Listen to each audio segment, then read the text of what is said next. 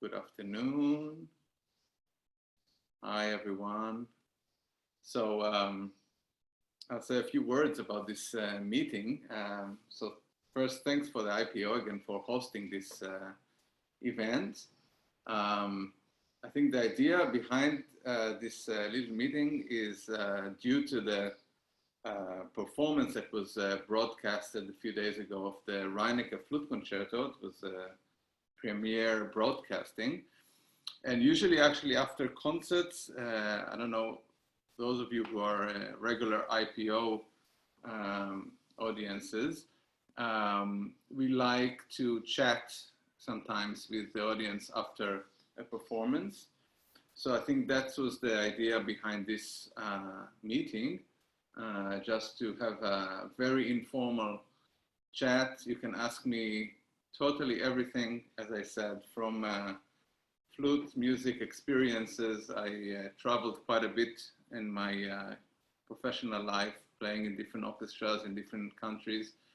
And you can take it to baking and cooking, which is my hobby, or anything else. So I suggest that we do all the questions by writing. I'll see it on the chat, and I'll just read the questions and try and answer. I think that would be more pleasant to everyone. Otherwise, it gets messy if everyone starts speaking. So have a go. Give me a question. I'll be very happy to answer. I can tell you that so this performance was, of course, every performance as a soloist is a special event, but this specific performance was very, very special because that was Maestro Zubin Mehta's return to the orchestra after an absence of almost a year when he was unwell. So I don't know if you noticed, or you can take another look, but there's a very, very big applause when we go on stage, and for sure the applause are not for me, it's actually for him, because it was such a big event that he came back after such a long absence. So here we have a first question. I'll read it. It's from Yossi. And he asks, how much time do you practice the flute daily? And what is your routine? How much time technique, tone, repertoire, etc.? So that's a very good question. And it actually varies. So it always depends on what I have to prepare. When I was younger and I had more time, had less commitments as rehearsals, concerts, family, I used to practice quite a lot. That could be 3 hours in the morning, break, and another 3 hours in the afternoon. That would be a very busy day when I was really preparing for a competition or an audition. I would always, even in such long periods of practicing, I would always pay attention to do some of the routine. And so the routine would always be there. And also in days when I hardly practice at all, if I don't have time or if I have less things to learn, I would always try and have at least minimum half an hour to an hour of routine. So routine includes tone exercises, scales, arpeggios, staccato, legato, and then I feel that I'm sort of in shape. For the flutist among you, I do some tone exercises that some of them are from the Muise book, the Muise de la Sonorité. Some are sort of variations on these exercises. I like very much the arpeggios by, and the daily exercises by Reichert, to those who knew. This guy, I like very much Tafanel Goubert. Scales, I like very much the book by Michel Debos, Simple Flute, which is actually another variation on the scales of Tafanel Goubert. So these are sort of my basics. but a lot of it I would do with intuition. I would just play my long tones. There were many years that I was obsessed with long tones. That was really be my absolute favorite thing to do, and to take care really of my sound. So they would, when I was in the army, so around between 18 and 21, maybe even earlier when I was 16 and I started taking things seriously, I would even play 2 hours of long notes just to really find my tone, how I perceives it, and I would give this a lot of attention in my practice. So another question is from Amir. What was the short piece you played as an encore? So the short piece is the 6th little piece out of 8 solo pieces by Hindemith, and it's called Lied. In German, it's a song. These are wonderful 8 little miniatures that he wrote for solo flute, and that's number 6. Noam asks, how many years do you play the flute? My God. So I started, I see my parents are online, so they can correct me if I'm wrong. I started when I was 11. So now I'm 40, that's almost 30 years, which is kind of scary. Next question from Noam, another Noam. Any tips for Poulenc Sonata movement number 3? Play slowly. That's another thing that I encourage everyone to do, is to play always, every day, when you encounter a difficult passage, is to take the metronome half of the tempo and play it up to tempo. And so if I have to play something in 120, I would start in 60, and I played 3 good times that I'm really happy with in 60. And then I would go to 70, and again 3 times, and then go on. Another good exercise for Poulenc, especially for the middle part, all those elements, is to try and put a tongue on the second note of each 4 16 notes, because these are the notes that usually we pay the least attention to. And if we're actually making an emphasis on those second notes of each 4 fragments of 16 notes, it really helps us not to rush and to have a more equality in the fingers. Another good exercise for this sort of things is to do different kind of rhythmical variations on the passages. So dotted 8 notes, triplets. You can you can put different articulations within those difficult passages. So always be creative. And another tip for third movement of Poulenc, musically speaking, try to really think of 2 characters. There's really almost a character that is very shy and lyrical and almost like an angel, if you will, and of course the fiery, fiercely character of the fast and crazy passages. So always try to balance those 2, like 2 different masks. Okay, next from Valentina. How do you memorize the repertoire? In this case, Reineke, any personal advice? I actually didn't memorize it. I don't know, maybe it was a good video camera work, but actually I probably could have played it by memory, but I had the music there. I never really had a method. Just play a lot the piece, a lot, again, slowly, kind of enters the mind and the fingers. And I remember when I was actually needed to prepare stuff for competitions by heart, I would just use my time. I remember sitting in a bus when I was in Berlin studying or in the train, and I'm really going through the piece in my head and trying to get, to create like marks for me. Okay, this phrase comes twice, then this phrase comes once, and then I go again. If it's, for instance, a rondo in a Mozart concerto, which can be confusing, then I try to kind of have order in my head, like really logically, to how how the piece goes. And this you don't need the flute for. You just need to concentrate and think about it. So this is something I did once that helped me. Hi Rachel, she asks, what helps you concentrate on training and in stressful situations? So on training helps me to, if I really want to concentrate, is to switch off my phone, or at least put it on airplane mode. And at least that I know that I'm not, I don't have the Facebook or the Instagram to kind of run and look into while I practice. So I really know that I'm leaving this behind me for now.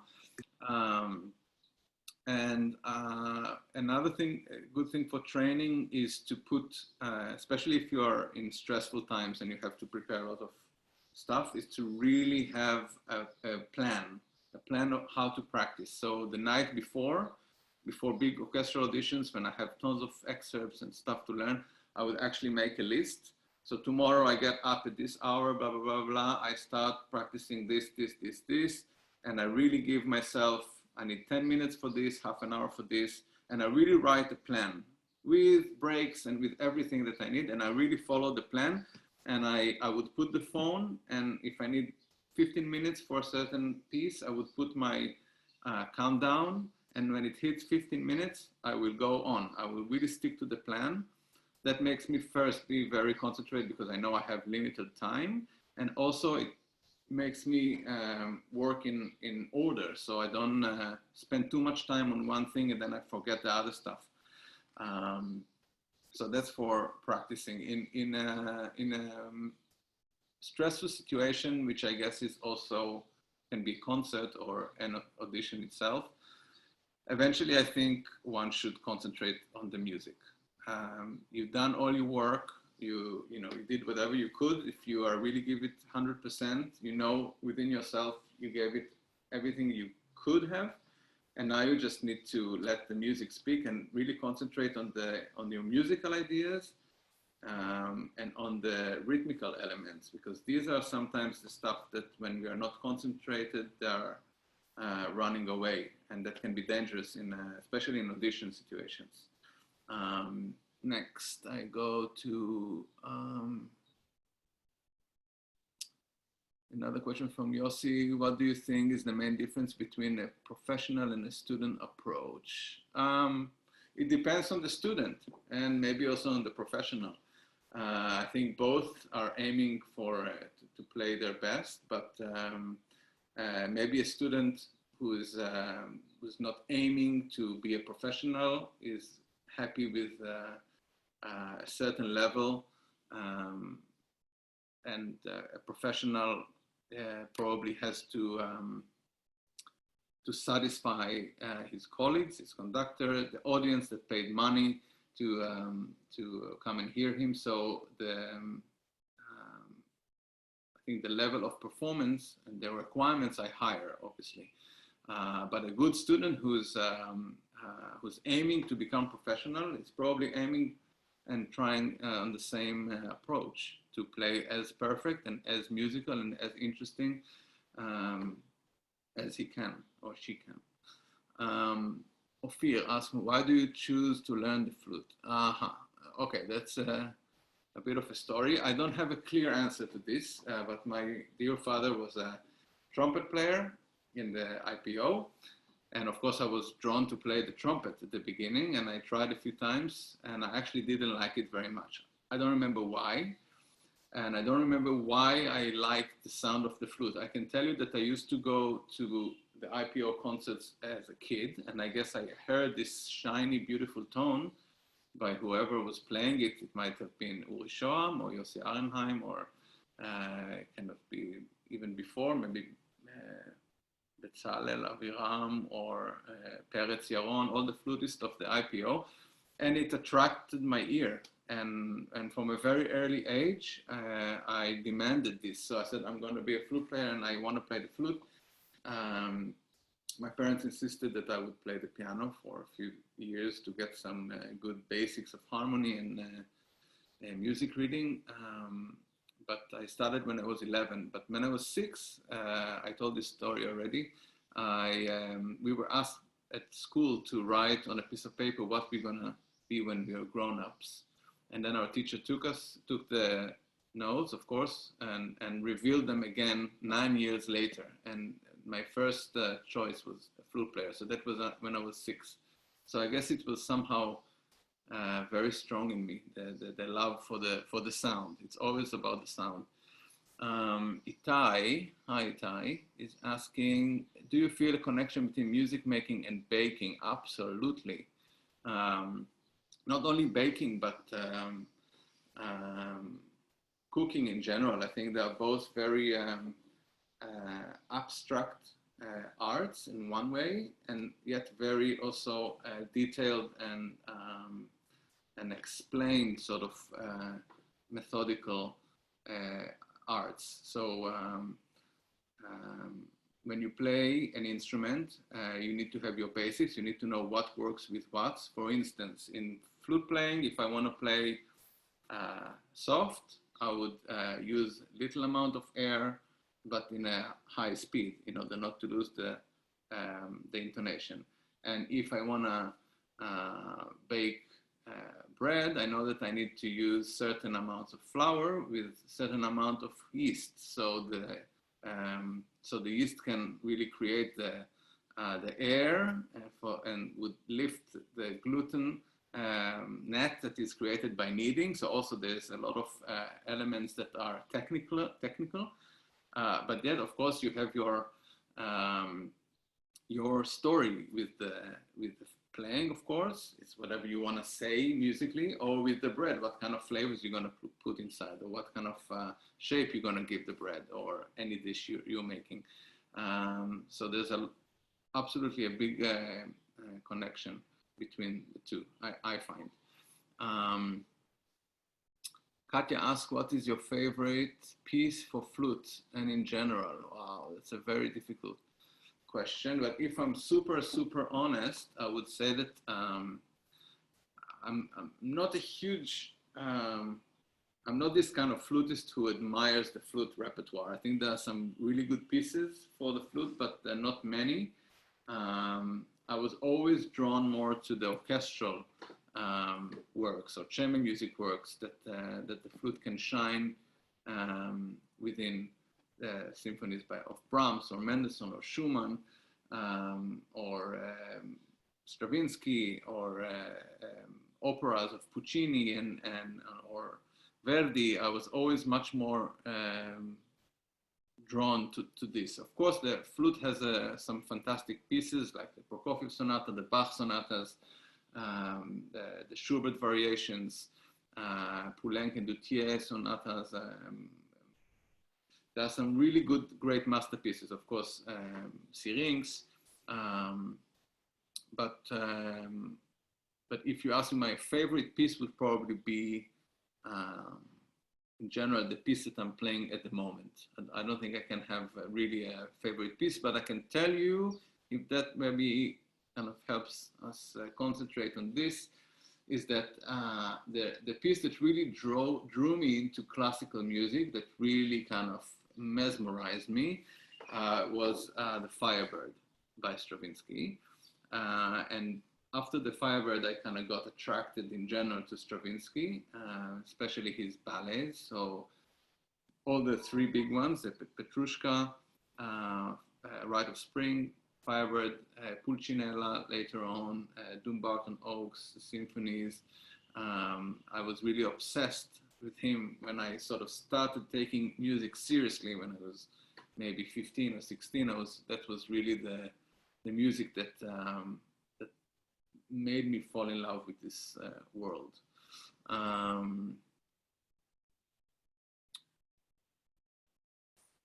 Your parents supported you when you started playing the flute? Absolutely. Who would else support me if not my parents?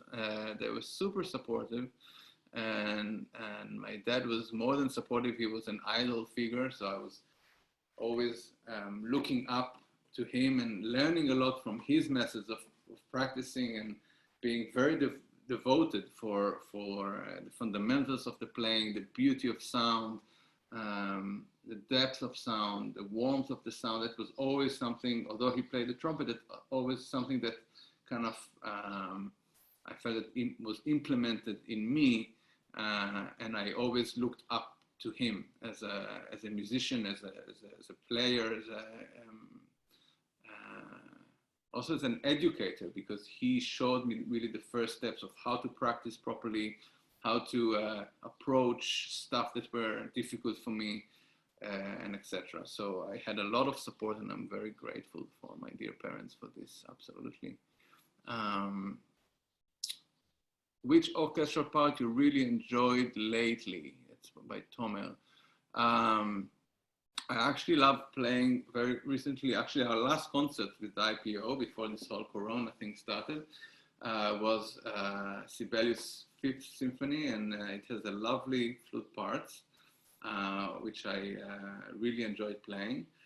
And before that, we actually played the Firebird, which I always enjoy a lot because this piece is very close to my heart.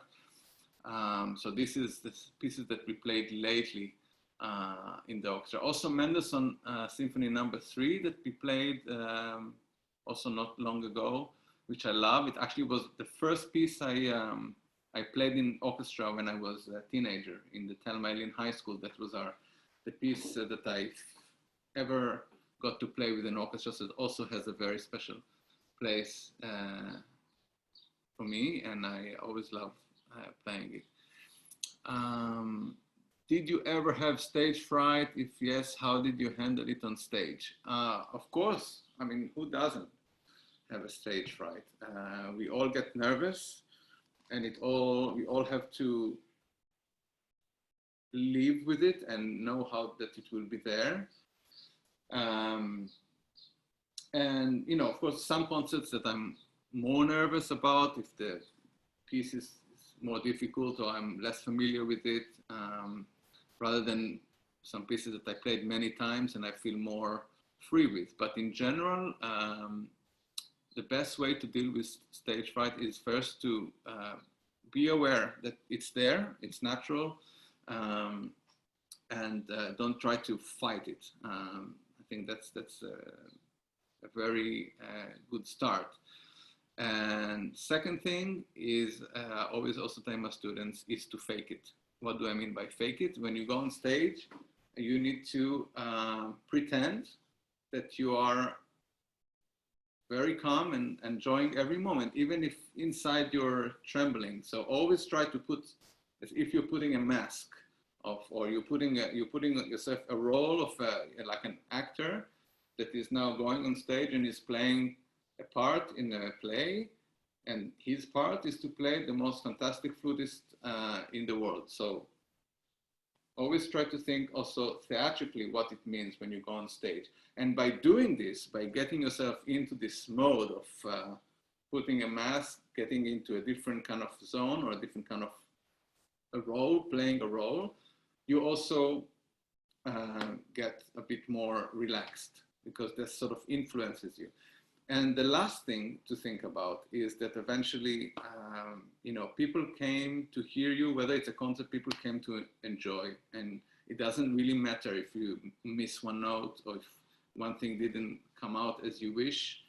It's the overall picture and the story that you're telling and the atmosphere that you're creating that is important. And it's the same for auditions. You know, the jury that hears you, many people forget that they actually want you to play your best. They're actually up for you. They want you to play a fantastic audition. And also they don't really care if you miss one thing or a few things. I mean, if the general picture is there and you play your heart out, then there's no reason to be afraid. I mean, you just need to really believe that you're doing this and playing music in order to create a connection that is done by notes, by music, by sounds, and not by words. But this connection, this energy, is the stuff that basically gets us going. That's why we're playing music. And sometimes we forget this very basic thing when we are going on stage.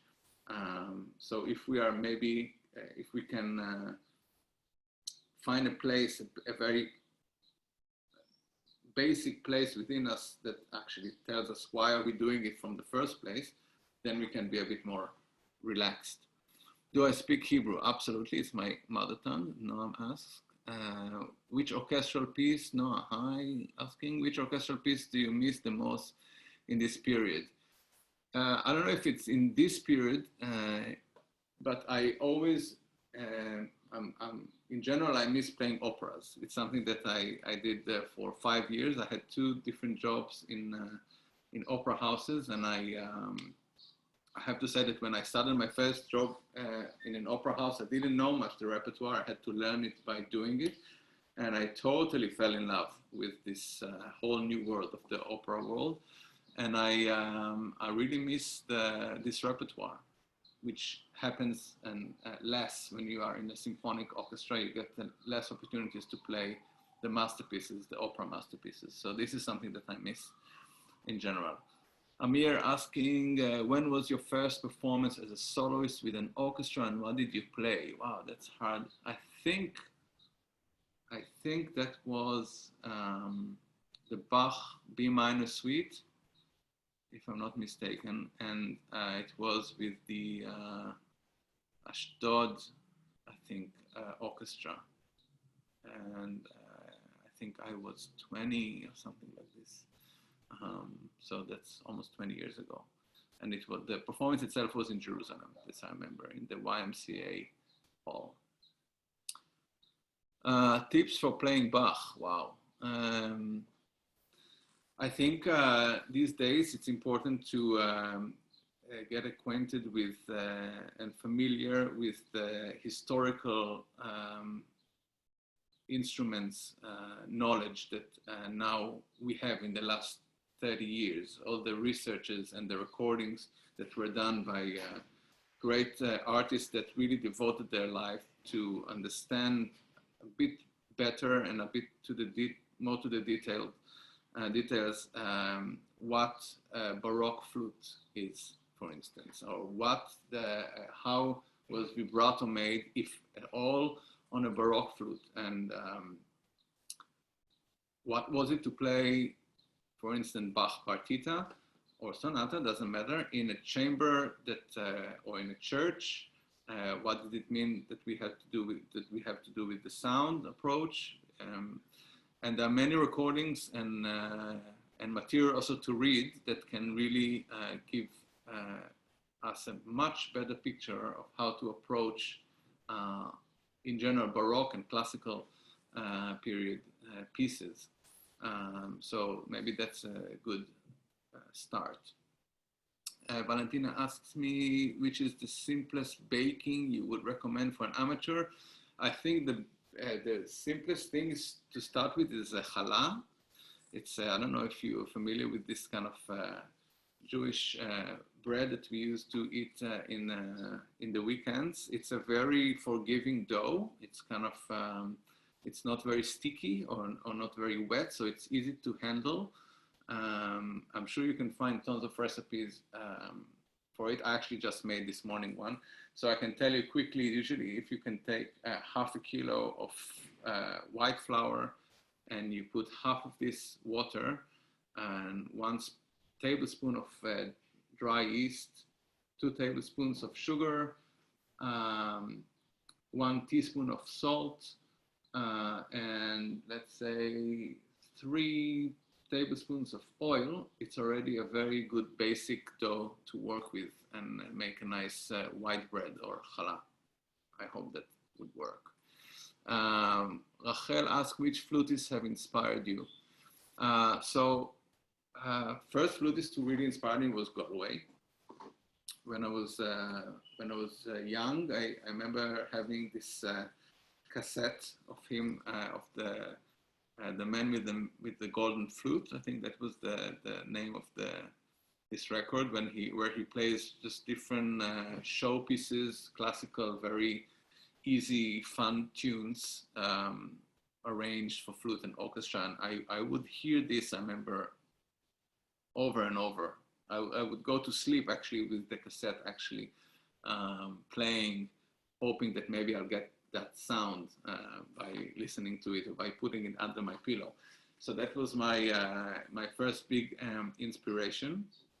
And later on, I was very much inspired by Pau, of course, like all of us. I like very much Jacques Zone, who was also my teacher, who also inspired me a lot in terms of the sound quality and the way he uses the air. I can recommend also Mathieu Dufour, who's a wonderful flutist who also I got to work with a little bit later on in my career that I loved. Michel Koffler, also a fantastic flutist. In the Baroque scene, Koiken, who's really inspired me a lot in terms of Baroque approach. So these are the flutists I can think of right now. That's really Wolfgang Schulz from Vienna, also as a flutist that I loved his sound, and I used to listen to. Next questions. Who do you think are the 2-3 best flutists today? Wow, hard to tell. I don't know what's best. I mean, it's a matter of taste. I mean, probably the most successful flutist, I don't know if he's the best or it's a matter of taste, is Emmanuel Pau today, because he's the one recording and he sort of became the point of reference. He's a fantastic flute player. What is the best? I don't know. I just mentioned a few that I like, so I don't know how to say who's the best. I mean, again, don't forget that music is not a competition. It's not a world championship that someone can win a title. So it's hard to tell. Pedro is asking me, could you make a video tutorial for making some bread? I'll think about it. Maybe I'll do that. Actually, I got a few requests for stuff like this, so maybe some stuff will happen soon. Tomer is asking me, do you own an alto bass flute? Have you ever tried contrabass flute?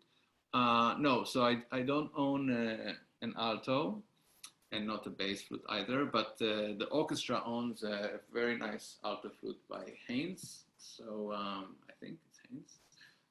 Maybe I'm wrong. Maybe it's, no, it's maybe Sankyo. So I get to use this flute when I need an alto. And I don't think I ever tried the contrabass flute. Probably bass flute maybe once or twice in some exposition, but never the contrabass flute. Wow, we reached the last question. So guys, you need to hit me with more questions if you have any more questions.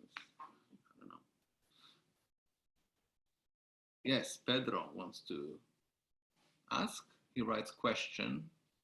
So I'm waiting. Yes. Oh, here's some more. I had to stop playing some days and maybe you didn't finish. So I'll wait for it. In the meantime, Yossi is writing, when you compare the previous generation flutists like Rampal and today's great flutists, do you see a difference in the style? Yes, that's a very good point to make. Actually, I was just sent by another Israeli flutist 2 recordings of Gluck, the Dance of the Blessed Spirits, one by Moise, who is even 1 generation before Rampal, and one of Emmanuel Pau. And she asked me what I think about the differences. So I think the main difference is, as I said before, is that today's generation, especially when it comes to playing the Baroque repertoire, classical, and also the Romantic repertoire, I think there's a bit more knowledge and a bit more care about the different styles. So there's a bit more awareness of the historical instruments and the research that was made in the last 30 years. And I think that really affects the sound production and the approach in vibrato, in phrasing, in articulation. And for me, I find it more interesting. I think Rampal, you just gave him as an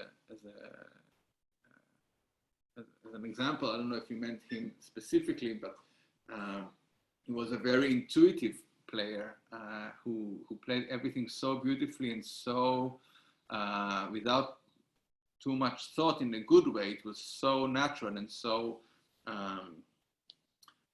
it was so easy for him. as if he was born with the flute, that everything sounded very easy and very beautiful and very poetically.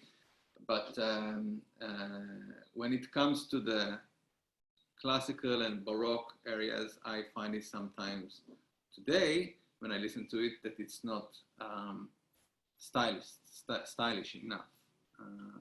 So that's maybe the biggest difference. I think also with time and with the orchestras growing and playing louder and having bigger halls to feel, I think the sound also became different, maybe less narrow and a bit more wider and rounder, rather than what used to be the old French school of Moïse and Rampal, that was a bit thinner tone, very sweet, with a very fast vibrato, but a bit small and thin and narrow. So that's another maybe difference that one can hear. So Pedro finished his question, and he says he didn't play for 2 weeks. If I could, how could I restart to be in shape? Some suggestions. First, just again, be aware that your first day is gonna feel horrible, and you're gonna feel that the lips are totally as if they never touched the flute. But it will, I mean, if you're just gonna decide that for 3 or 4 days, you're gonna really practice slowly and a lot of fundamentals, so a lot of long tones and slow scales, you'll get back in shape. Don't start trying to immediately play the Iberic concerto. That's not gonna help you. Not feeling better and not playing better. So just take it easy. I can tell you a story from my experience, that when I think the longest time that I didn't play the flute was when I did the basic training in the Israeli army. Everyone in Israel has to serve in the army when he turns 18. And I remember that 3 days or 4 days after I finished my basic trainings, there was a masterclass in Jerusalem with the great Aurel Nicolet, who came to Israel. And it was a very rare opportunity. And I was thinking to myself, oh my God, how I'm gonna play? I didn't play for a month. The basic training was in the south of Israel, and it was very dry and hot. And I had a crack in my lower lip, and I thought, I'm never gonna make it. But then actually my teacher said, look, just you will be surprised if you're gonna be really methodic and just take it slowly and just play everything slowly and take a lot of your time to practice your long tones and the scales. Maybe the first day would feel horrible, but by the 4th day you'll be able to play again, really on sort of on the same level, if you really take the time in the first 3 days. And that's what happened, actually. I played that masterclass. I actually played the Hindemith 8 pieces. That reminds me the first question about which anchor I played. So just try that. Amir asked, next year we'll have a flute recital as a Bagrut. It's the final test in music to those who don't know. Do you have any tips? Choose a program that you like, that inspires you, that you feel connected with the pieces first. Practice very hard, of course, and try to think about all the stuff we spoke about regarding getting nervous and taking things in proportions. You know, the jury who's gonna listen to you would like you to play your best. They're not trying to intimidate you. So really try to enjoy the music and make sure you are preparing yourself very well. And another good thing, especially if you are not very experienced in those kind of stressful situations, is to, before your audition date, try at least a month before to play through the program in different occasions, for family, for friends, maybe make a little concert with your pianist, so you get used to the fact of people listening to your program. So you really get a few chances, and that your recital, your Bagrut recital, is not the first time that you're performing. So that's can really help, and that's good for everyone. Also before auditions, people that are preparing, it's always good to run through in front of people that can stress you out, and then when you are in the audition, you feel less stressed. That's a good advice, I think. Do you practice harmonics? I don't, actually. I know it's something that some people like, but I don't really do harmonics. I work a bit differently. I try to play very softly, some arpeggios with a very loose embouchure, but with a good amount of airspeed. The problem with harmonics for me sometimes, and it's very personal, is that it creates too much tension in the lips. So I'm trying to do sort of the same, but not with harmonics. I just would play very loose embouchure. For instance, the number 2 exercise of Eshed, of the daily exercises, very soft, very airy sound, in order to get relaxed and really understand how much airspeed I should use. So that's what I do. Can you please elaborate more about the ideal sound change in the last few decades? And also, if someone will come to an audition with old style sound, will it be a problem? I think the best thing is just to go and listen to different, to the sound approaches. I think that as the orchestral demands became to play with a darker, bigger, rounder sound, then also the sound changed. It also has to do a lot with the different schools that also today sort of disappeared. At the time, you know, when people didn't travel so much, you really could have a distinct, it's very distinct flute sound, French flute sound. As we spoke about, the German flute sound would be a bit heavier. The vibrato would be heavier, would be rounder. The American style would be also a bit different. The English style would be different.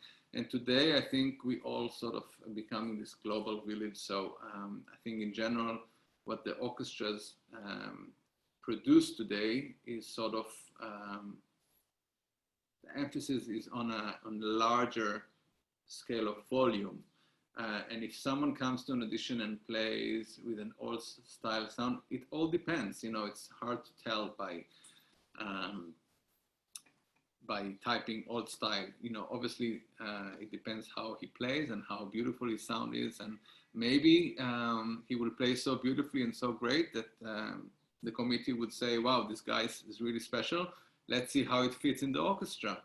It sounds a bit small on stage, but let's put him for a few trial weeks with the orchestra, or 1 year trial, and see how it fits.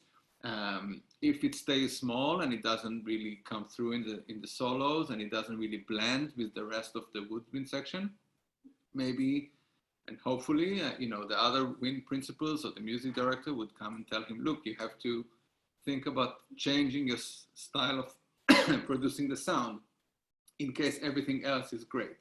And then the person would have to maybe find some new ways to sound differently that would suit this particular orchestra. Every orchestra with its own sound. Sorry. How to learn a new piece for the first time? Very good question. What I like to do is first to listen, if I can listen to a recording, just to get an idea of the harmony, the tempos, and to hear one approach of a flute player. Maybe I like it, maybe I don't like it. And then I will start going to the score, to the piano score, if I have one, or to the flute score, and start like really breaking it and playing it very slowly and understand the different things that the composer wrote. Whether it's a modern piece, it might be a bit more specific. When it's less modern, maybe it's a bit more free, and to try to think how I can interpret it musically and how do I need to work on it technically. So it all has to come from slowing down and like thinking of things in a bit more bigger picture, and then going to the details. I hope that somehow helps. But always play slowly. Don't try to play the piece immediately in its tempo if it's too difficult. Is there different characteristics in playing first flute or second flute? I guess there are, but it doesn't mean that that when you play second flute, you're not able to play first flute, or vice versa. It just means that sometimes when you are playing the principal part or the first parts, you need to lead a bit more. Maybe if it's a big woodwind section, you need to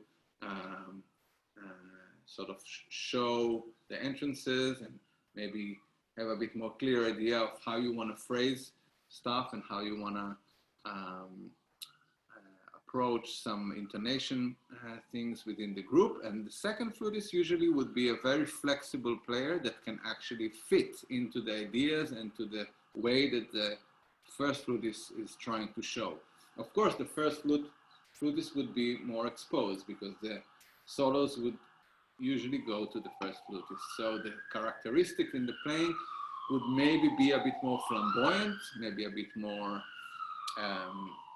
with fantasy and with a soloistic sort of aroma when you play the first flute.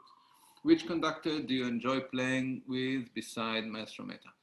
I enjoy many conductors. I enjoyed very much Daniel Barenboim, who was a very big inspiration and role model for me that I learned a lot from.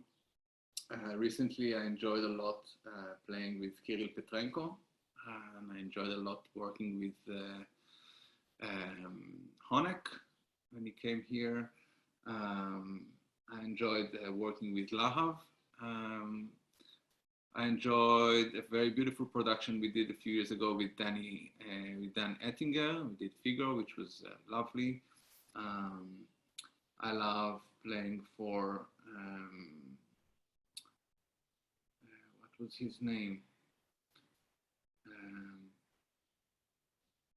I love playing for Dudamel, and I love playing for Ivan Fischer, who's a very, very inspirational person. These are the conductors that I can think of now. Trevor Pinnock was a fantastic guy to work with. That was, again, more in the Baroque area. Many, I probably missed some because now I'm under pressure to come up with the names that I really love, but probably maybe I'll have more later on. Tal Ben-Rai, hi Tal, would love to hear some thoughts about breathing airflow. So I used to do some exercises that are actually came from trumpet. That's again from my father, who used to show me, of breathing with a metronome that basically would try to sort of expand the capacity of the air, and the exercise would go with sort of, I would put the metronome on maybe 80, something like this at the beginning, and the first exercise would go to breathe on 8 beats, to really feel how you're in 8 beats, you really try to divide the air, so you are from very empty, you are very full, then you will hold the air for 8 beats, and then I would release it in 8 beats. Again, that I'm really calculating that in 8 beats I would be from full to empty, and then I will hold for 8 beats without air. And then I would go like this from 80 till 40, till it's very, very slow. And then you really get this feeling that you can really push the boundaries of this balloon that we have here, slowly and slowly. That would be the first exercise. Then the second one would be to fill your capacity again from nothing to full in 1 beat on 80, and then hold it again for 8 beats, and then releasing 1 beat and hold for 8 beats. Again, from 80 till 40, so we get really the feeling of how dividing the air. And the last exercise would go breathing 1 beat and immediately taking the air, exhaling in 1 beat, and then holding 8. and then again from 80 till 40. And after this, you really feel sort of flexible here, and that you have a bit more, that the air is somehow in better use. And the other thing that in general I think about is usually the air speed when I play. And that has to do, I always try to have this equation that air quantity equals dynamic and air speed equals pitch. So this always has to be I always try to balance. So when I play, for instance, very loud, I'm trying to use big quantity of air with sort of lower speed. And when I play soft, I would reduce the amount of air to a very small amount that actually flows very fast. So the air speed is faster. So that's things that I'm thinking about while playing. So I hope that somehow gives an idea of some stuff. Tomer asks, what extraordinary techniques for playing the flute did you encounter in modern pieces? All the regular stuff, which means quarter tones, slap tongue, only keys, singing, speaking to the instrument, multiphonics, which means different fingerings that actually gives makes you play the chord or sound a broken chord. So that's what I'm thinking about right now in different pieces. So that's sort of usually the whistle tone, which is a very again very little air that flows sort of fast and creates some sort of a whistle, very soft whistle effect. Pedro, how do you manage intonation when playing in the orchestra? That's a big question. First, try and play with a tuner to know where you are. And I actually, the thing that helps me the most playing in tune is thinking harmonically. So knowing exactly which chord I'm playing, or what part of the chord am I playing when we play a chord, and therefore there are some rules to it, some acoustical sort of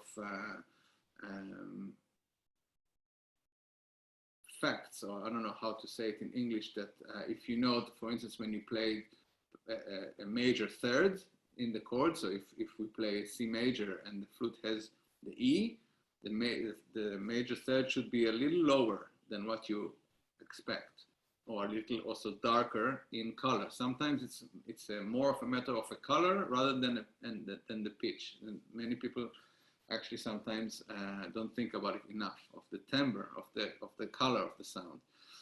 So if you know tiny bit your way in the harmonic intonation, thinking, so for instance, major or minor third should be a bit higher, fifth should be a bit higher, basic tone should be a bit lower, seventh should be a bit, major seventh should be a bit lower. All these things, it's a bit of experience to really hear the chord, know what function you are in the chord, and then adjusting. Of course, your colleagues should do the same, because if you're the only one who's doing it, it's not going to be very helpful. Next, how to overcome rhythmic problem.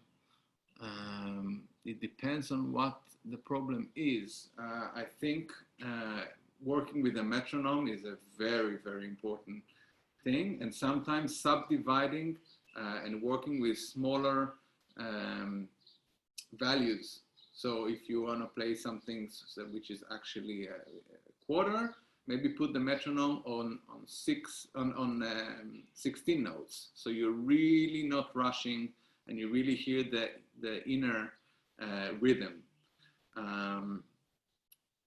Another thing is just to sometimes put the metronome in syncopated rhythm. That also helps not to rush and to really be sort of on the on the time, as we say, like really, sometimes we are rushing when we don't have the offbeat. So if you put the metronome on the offbeat, then it can also help staying really rhythmical. And if it's something that you don't understand, maybe sometimes it's good to write the beats inside the bar, so you know exactly where comes the beat, and according to this you can calculate if the note is coming before the beat or after the beat.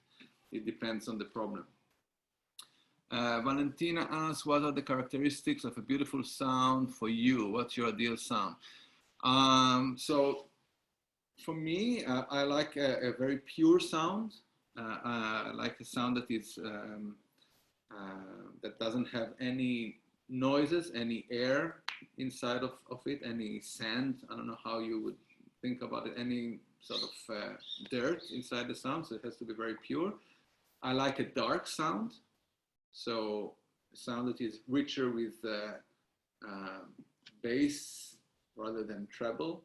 Think about, for me, I always think that the flute is anyhow a very brilliant instrument by nature, so I'm trying to give it also the other sort of range of colors, of timbre. So for me, I would think of a rich, full, round sound, which is very pure and not narrow. So always a sound that goes on a wider approach rather than closed one.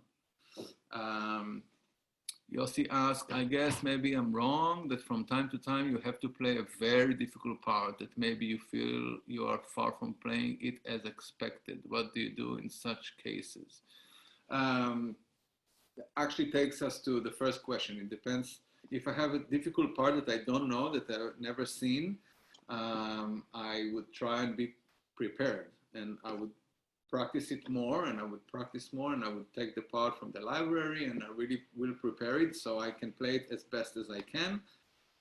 And so that's what I can do before, just to really prepare a part that is new to me and it's difficult, so just to be prepared. And if it's not as if I'm not playing it as I expect for myself, which is actually most of the time, because I'm never happy with how I play. I usually I'm very critical, so I always have things that I would have liked to play better.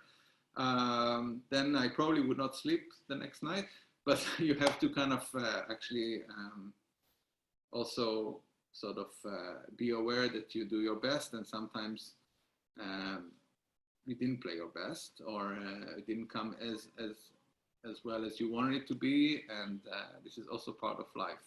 We are not computers, so we can, if you have something difficult, it doesn't mean that it always will be perfect, but we can aim for it, but it's okay also if it's not always that perfect.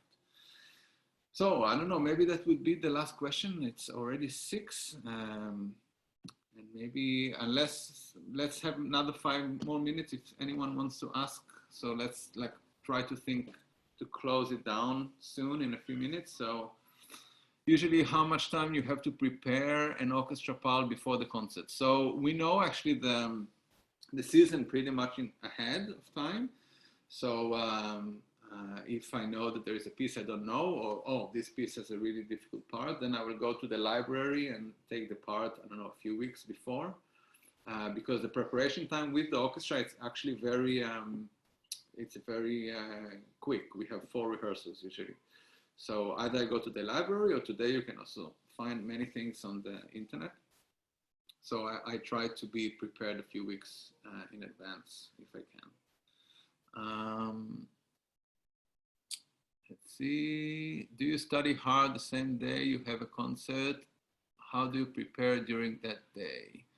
Good question. No, I wouldn't play like gazillion hours. I used to, and I sort of learned my lesson not to come totally wasted and like without any energy and with tired lips. So I would try to do, again, a very good warm-up to see how my sound is, and maybe do a few passages that I feel necessary, again, slowly with the metronome. So I feel that my fingers are getting sort of warmed up. And I'll try to stay fresh. So I will try to find an equilibrium between playing some, not huge amount, and doing the right things that I feel that are important, and then feel fresh to the concert. And Noah asks, hi Noah, in auditions, what is the main thing that you search in a candidate as a listener? Big question. I am looking for, especially if it's a first player audition, a key role, I would look for a character, for a personality in the playing, which means also personality in the sound, a lot of right musical ideas, but also a very strong player that has a lot of strong fundamentals especially in rhythmical parts and in intonation and in style of different pieces. So Noah knows it because she's a student of mine. So I say, hi Noah, and we speak about it alone in the lessons. And she heard it probably a gazillion times from me. It's this combination between your expression, your personality, your imagination and fantasy, together with very strong fundamentals of rhythm, intonation, and style. So that's what I'm looking for. The whole thing, the whole box. I would not really compromise someone who's maybe very, very interesting, but with very weak fundamentals, or someone who's very strong with very strong fundamentals, but very boring player. It could not really live. The music cannot live with only one of them. It's an art form that needs structure and it needs fantasy. It cannot just be fantasy without structure and only structure without fantasy. Otherwise, it doesn't work. Okay, and maybe that was a good summarize of my thoughts about music a little bit. So I want to thank everyone. I'm gonna put my baby to sleep. So if it's okay, we could maybe finish for now. I'm sure we will have another opportunities, and whoever is here, you can always write me on Facebook or on Instagram. Just any question, any advice you need, just really write me, and I will always answer.